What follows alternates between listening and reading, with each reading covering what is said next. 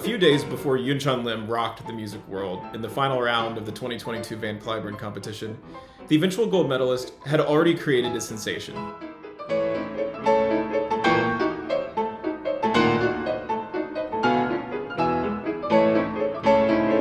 The 18-year-old Korean pianist's semi-final performance of Liszt's Transcendental Etudes generated a frenzy around the music world not seen since the Beatles.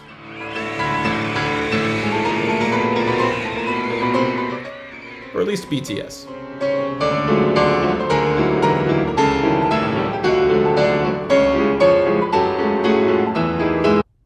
I mean, in all three cases, same haircut. When John, Paul, George, and Ringo arrived in New York City in 1964 to appear on The Ed Sullivan Show, Beatlemania was already in full swing. The English rock band was able to make adoring fans out of people who didn't even like rock and roll. We don't like rock and roll. Yeah. But we think they're just great. What's your music? I go to Juilliard. Juilliard, huh?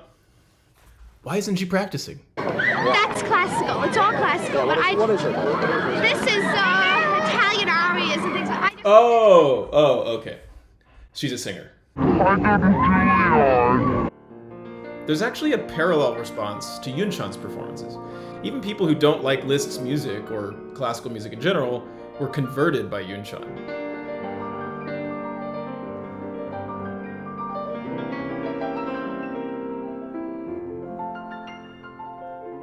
And then there's the hair.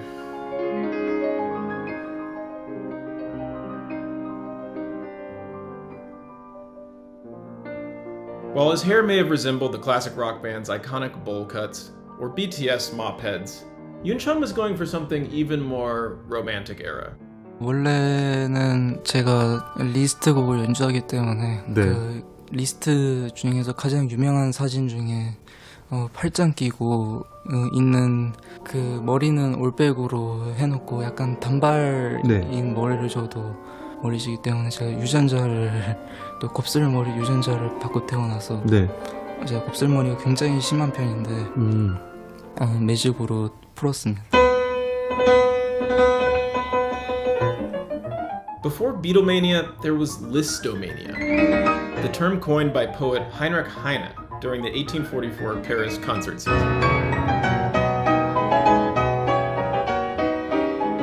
Alan Walker, the GOAT of Liszt biographers, describes the mystical ecstasy Liszt's playing caused among his audiences.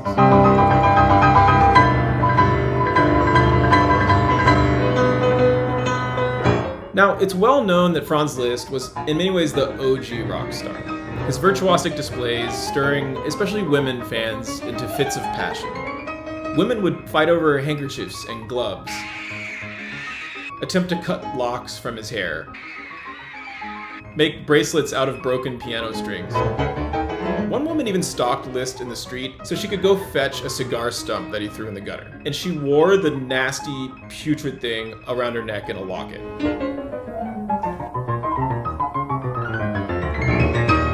I saw you smoking before, and I kissed the limousine you looked out of.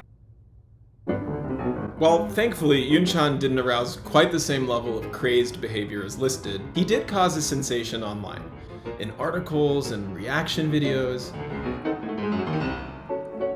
and especially in live chats and comment sections on his YouTube videos. So when you combine virtuosity, artistry, and you wear a mop on your head, there's no getting around it. You're a heartthrob. And when you're a heartthrob, you're gonna cause some people to question their sexualities.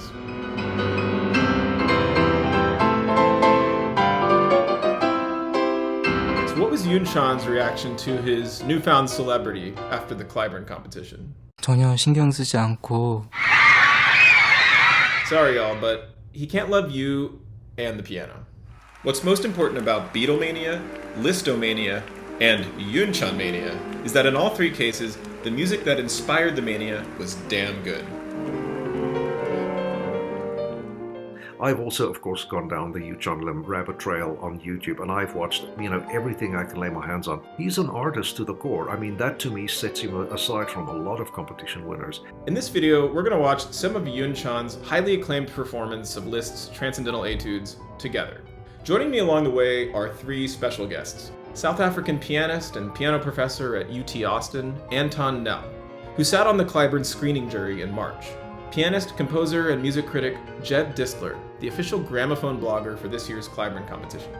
And last but not least, virtuoso pianist and tonebase artist Asiya Korepanova, who has not only performed all 12 Transcendental Etudes as a set, but regularly performs all 24 Liszt Etudes together in recital. And if you're in New York next February, she'll be performing the full Liszt Etude cycle at Merkin Hall. I suggest you attend.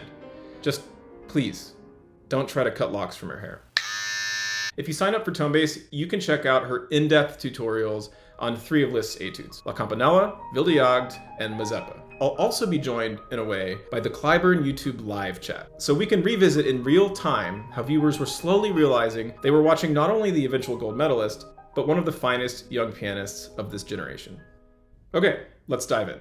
Onto the stage, 18-year-old Yunchan Lim from South Korea. After being shoved on stage by the pink stage mom, Yunchan wastes no time launching into the first etude of the set. He came out and started rather abruptly. It was a very quick beginning.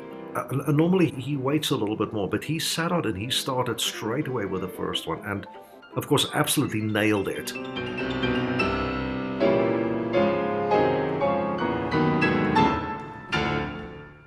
I suspect that Liszt wrote that very first opening etude as a warm-up piece, a way to get acquainted with the piano.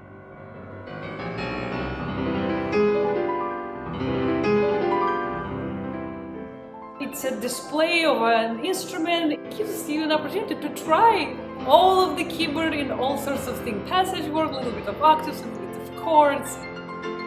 It's important to note from the outset that Yunchan defies stereotypes in his Liszt playing. He doesn't approach every piece with the kind of muscle and bravura that you might be used to hearing from Kissin or Richter. He doesn't powerlift every phrase the way a Berezovsky or Lazar Berman might.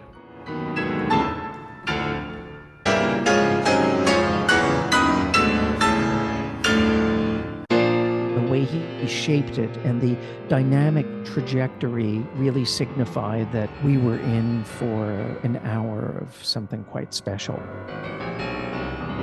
Just like at the beginning of his Rock 3, he's in it for the long haul, and there's a long, long way to go. And just as Yunchan tries to brave the journey through the 12 Transcendental Etudes, Liszt himself went on a journey of his own in composing these pieces. He went to Vienna when he was about 10 years old to study with Karl Czerny, who we all know wrote about 1 million piano exercises. Believe it or not, Liszt actually practiced these things day and night when he was about 11 or 12 years old. This inspired Liszt to compose his own studies as a teenager.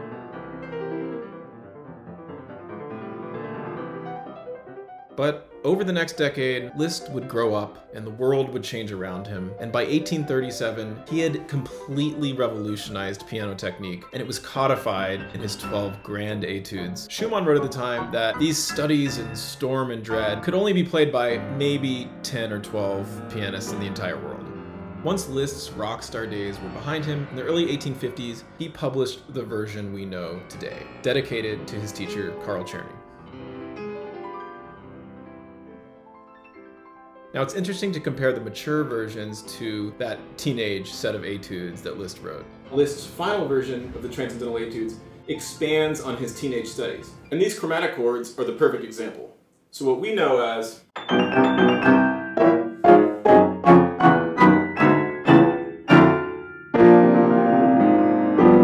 started out as more conventional harmonies preparing for a cadence in the mind of teenage Liszt.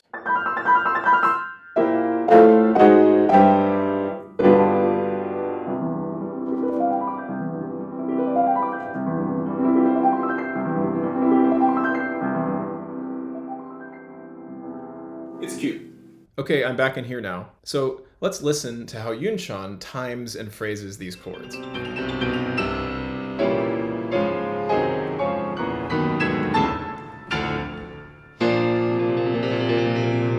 Pianists either expand with these chords or, probably more often, they charge through them. I like how Yunchan starts with some motion and then pulls back and really places the last few chords.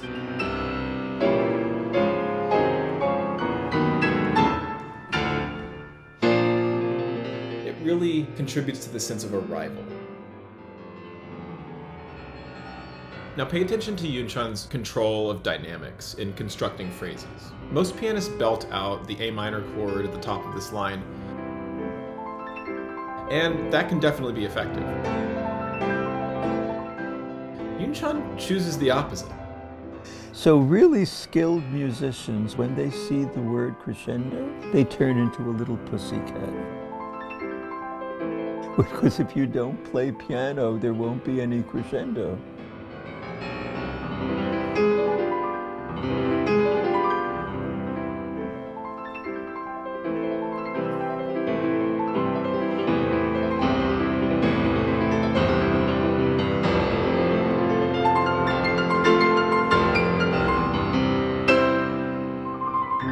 Now, it's useful to compare Liszt's so-called Transcendental Etudes with Chopin's Etudes, which were written in the same decade. Chopin even dedicated his Opus 10 Etudes to Liszt. Chopin Etudes, most of them are focusing on one type of technique at a time. 2 minutes long, and it's employing the same type of passage work. Liszt Etudes are much more diverse. Chopin's are truly piano studies, whereas Liszt's are more like orchestral tone poems for piano. Their purpose is really to go beyond the limitations of the piano as an instrument and enter the world of color and sonority that is usually reserved for symphony orchestras. This is especially evident in the second etude.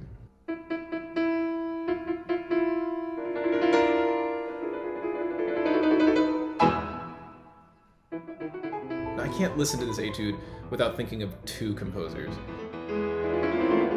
The first is Berlioz, whose Symphonie Fantastique is famous for expanding the possibilities of the orchestra.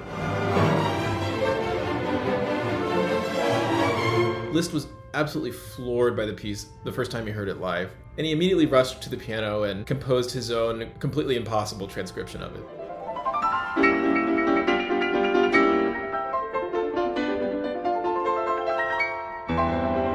The other composer whose influence is probably even more obvious is Beethoven. This etude, after all, begins with the Fate motive, short, short, short, long, which, of course, Beethoven immortalized in the first movement of his Fifth Symphony. Although this motive appears throughout that work. I call this etude Beethoven because at the very end, I hold the chord and in my mind I go. I always end it this way. Now, this motive captured many composers after Beethoven, not just Liszt, but I also think of the beginning of Mahler's Fifth Symphony.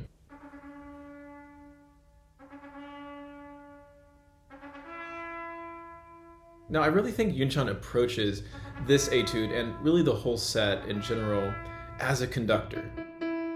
Now, maybe it's not an orchestra of 1,000 like Mahler. Perhaps it's more of a chamber setting of these pieces, and he's putting his technique into the service of layering and orchestral effects.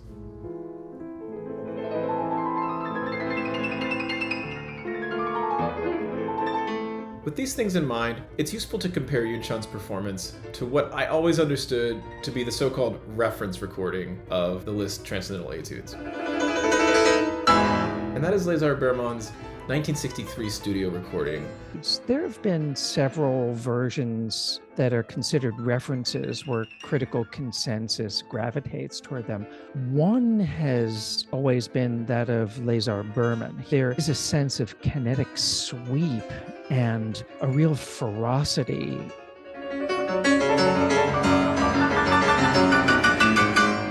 This is really a towering pianistic feat. I highly recommend you listen to it. Berman's playing typifies the frenetic Liszt, the pianistic Liszt. Berman is loud and forward-moving. An orchestra couldn't play this way without 1,000 rehearsals. Yunchan actually plays with piano dynamics, again allowing him room to proportion his sound and control the arc of the whole work. Notice here Yunchan actually observes the tenuto markings that Liszt wrote.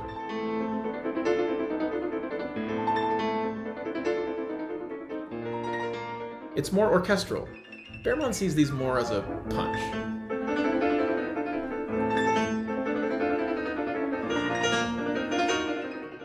Yunchan's performance stood out for the color that he got and the specificity of detail. And these pulverizing virtuoso moments happen with discretion.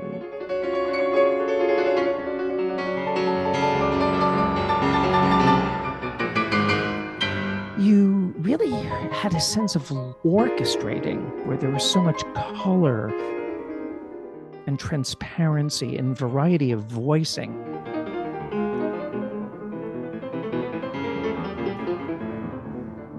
Just thinking orchestrally and always imagining who would play this. It is very helpful because it also brings you away from just piano, piano, piano.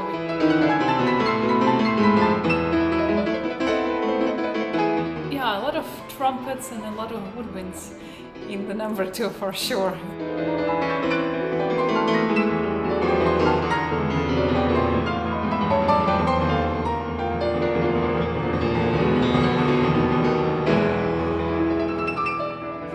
This all speaks to that word transcendental that we find in the name of these etudes. Defined literally, Liszt's title means something like superlative technical studies, the highest attainment of piano technique. But pianists and historians usually read more into this notion of transcendence.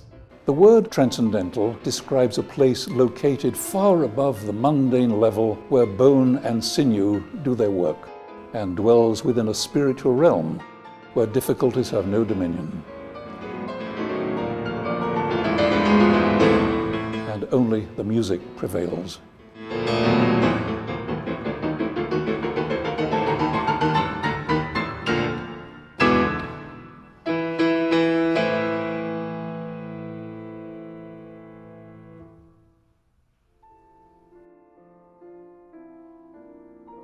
In this third etude in the set, Paysage, we continue to hear Yunchan's knack for orchestral clarity and distinctiveness of instrumentation.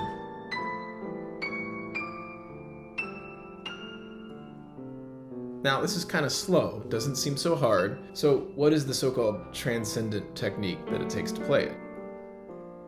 So this etude is not about conquering rapid octave passages or brilliant double note runs, but mastering touch and articulation, and pedaling, and Yunchan employs all of these in order to paint a picture for the listener. Paysage, to me, is an etude of piano as a dynamic. You try to work with, how can I make this piano sound warm? How can I make this piano sound cold?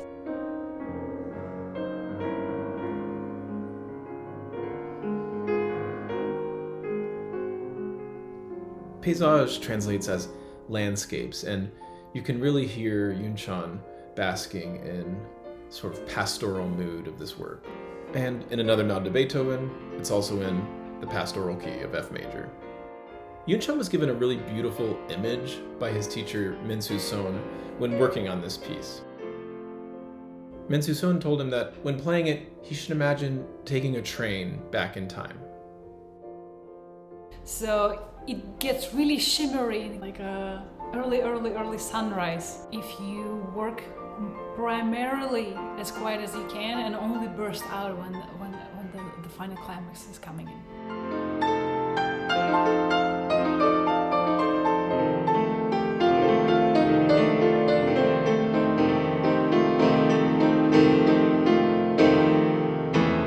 Now, if Yunchan could take a train back in time, he absolutely would.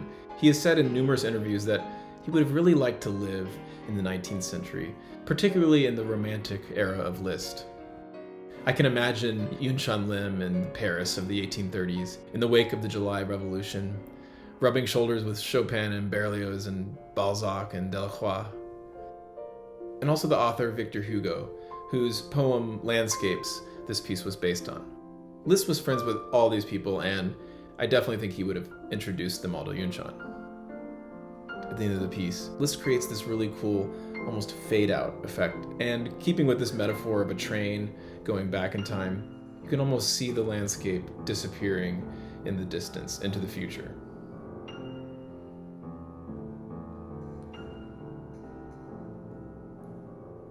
Speaking of Victor Hugo, it was another poem of his, a ballad called Mazeppa, that would inspire the next etude in the set.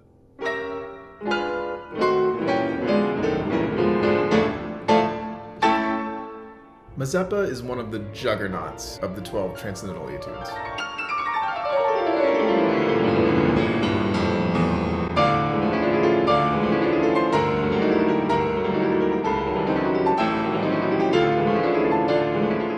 Let's talk about Mazeppa, because it's very thick in terms of its textures, and in the wrong hands, you feel like you're being bludgeoned after you hear the performance. But Yunchan's performance was kind of a revelation.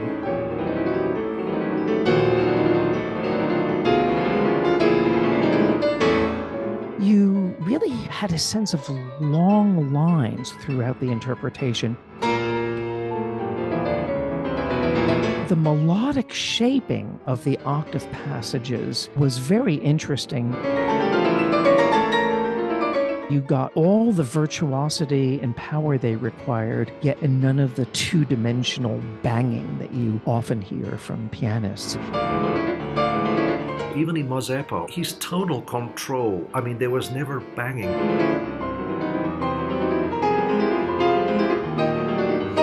I found the whole thing so classy. This is a textural nightmare, yet the clarity of his playing just impressed the daylights out of me.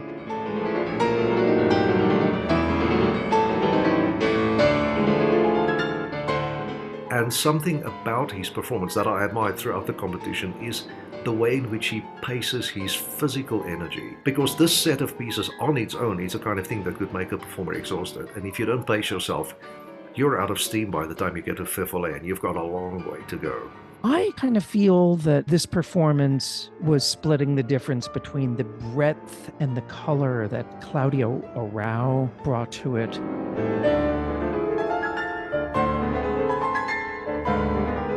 Along with the ferocity of attack of Chifra and the kind of supercharged momentum you get in Lazar Berman.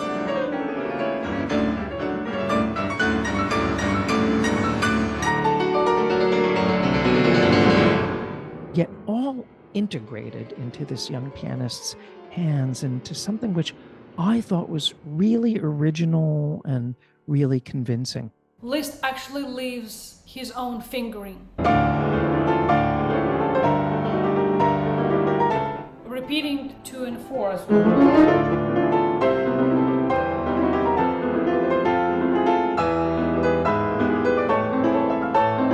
Well, when you use 2-4-3-1, it inevitably, especially the faster you play, it creates a sense of slur. So it becomes... You will never be able to have this biting effect. Now, some of you may be tired of all the fanboying I've been doing over Yunchan in this video and the Rock 3 video. Well, I have a bit of a criticism here. If you slow the video down and watch carefully, you can see that Yunchan is not actually using Liszt's fingering. He's clearly sliding between 4-2 and 3-1, and that does give it more of a sort of smooth, connected feel.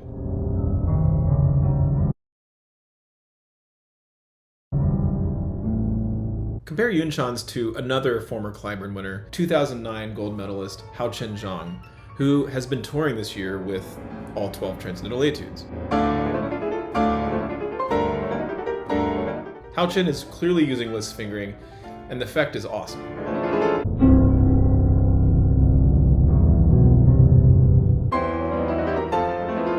This gives the passage more of a gallop, which is appropriate. After all, this piece is depicting the legend of how historic Ukrainian leader Ivan Mazeppa rose to power and became a master horseman. The legend of Mazeppa had been told for centuries, and it really peaked in the Romantic era. Lord Byron made the legend famous, but Liszt was actually inspired here again by Victor Hugo. So, long story short, Mazeppa was working for the King of Poland. He had an affair with some nobleman's wife. And as punishment, Mazeppa was strapped to the back of a wild horse, completely naked, and sent on his way towards Ukraine. Then on the way there, the horse just dies, and Mazeppa's about to die with it, but he's then saved by a bunch of Ukrainians who name him their leader. Now, as I hear it, the romantic middle section of Mazeppa is clearly depicting this illicit love affair. Yunchan delivers it with passion and yearning and, as always, exquisite voicing and sense of direction and line.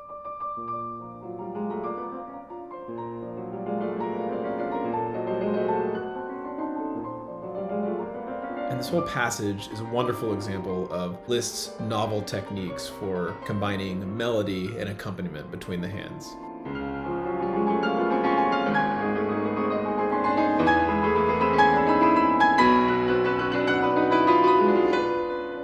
As Yunchan got further and further into the piece, showing seemingly no fear at all, the chat's confidence began to increase.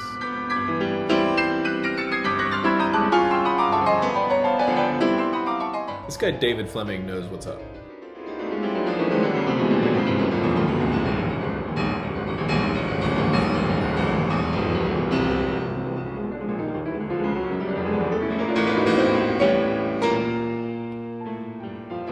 Now, each time that rollicking D minor theme comes back,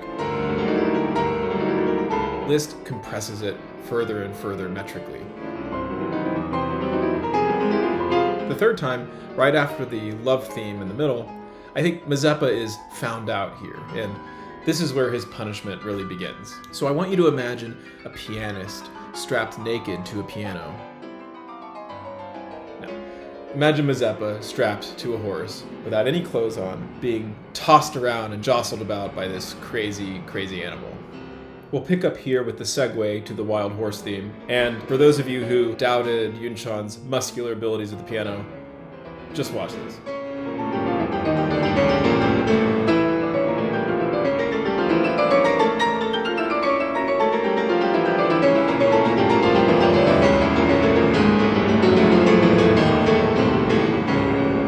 Dramatic pause, and here we go.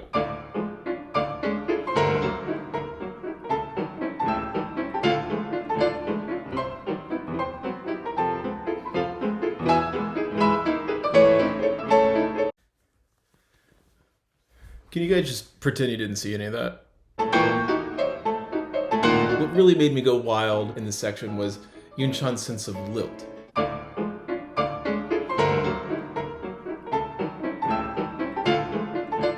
I really think he was thinking of this crazy horse. And here, the final theme now in duple meter, it's building, it's building, it's building. The horse is about to have a heart attack and keel over. And I think it's pretty evident in the music where Liszt makes this happen. Yunchan's sense of climax here is absolutely epic. Let's watch.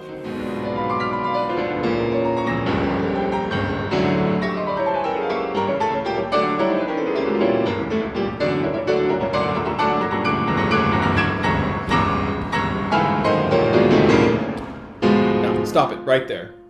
Absolute proof that Yunchan knows the legend and has read the Victor Hugo poem. Here we see Yunchan, who's usually so still when he plays, actually transform into Mazeppa, although with clothes on.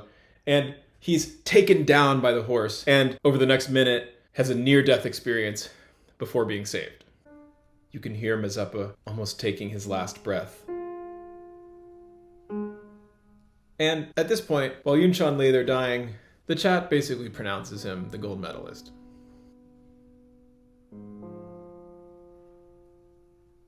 Now, I'll let Yunchan's playing tell the rest of the story.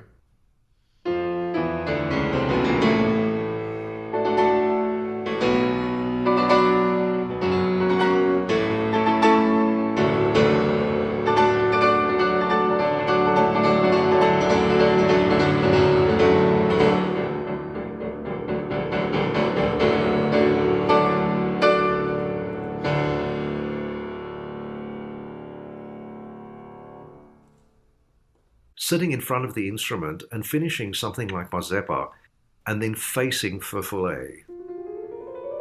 and dispatching it like that as if it's nothing is absolutely extraordinary.